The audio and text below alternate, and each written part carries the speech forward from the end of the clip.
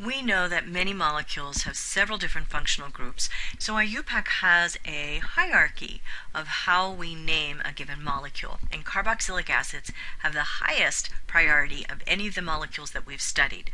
So as soon as you see that COOH group on a molecule, you know it'll be named as a carboxylic acid, and any other functional group will be named as a substituent.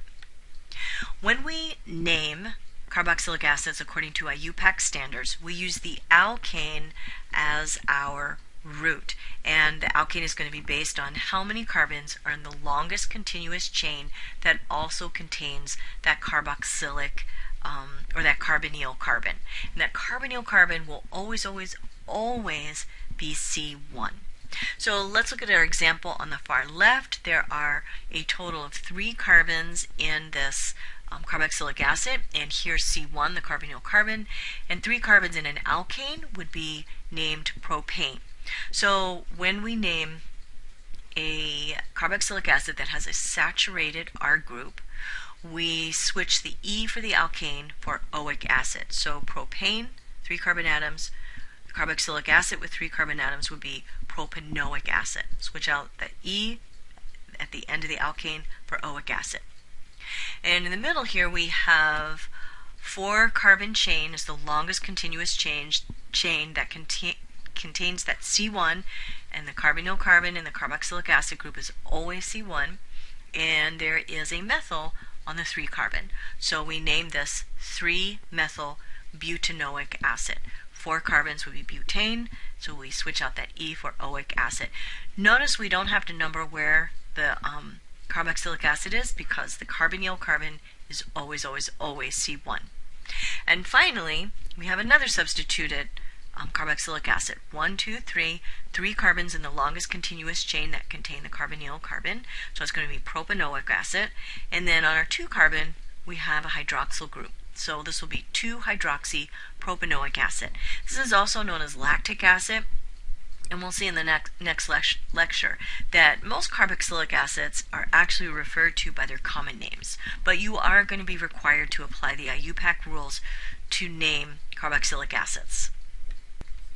When a molecule has 2 carboxylic acid groups, it's known as a dicarboxylic acid, and we still follow the alkane root for the number of carbon atoms, but we keep the E at the end of the alkane and then just add dioic acid after the entire alkane name.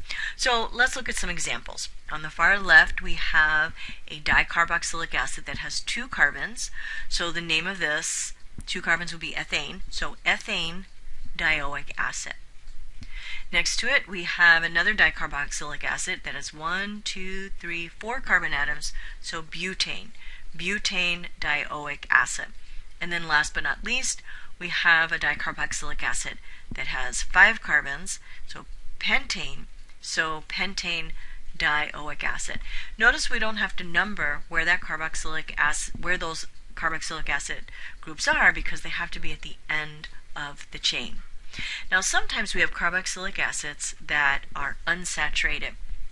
So when a carboxylic acid has an alkene bond in it, we end it instead of anoic, we change it to enoic. So, for example, an alkene with 3 carbons would be called propene. So the acid with 3 carbons that has an alkene would be propenoic acid. So instead of an A here, there's an E, which indicates there's a double bond. So if we look at this example, 3 carbon atoms, this is C1 right here, and we don't have to give an index number to the alkene for this particular example because the double bond has to be between the 2 and the 3 carbons. Because our C1 already has 3 bonds, it cannot have a double bond. But in general, we do have to indicate where that alkene is. So the name of this is going to be propenoic acid.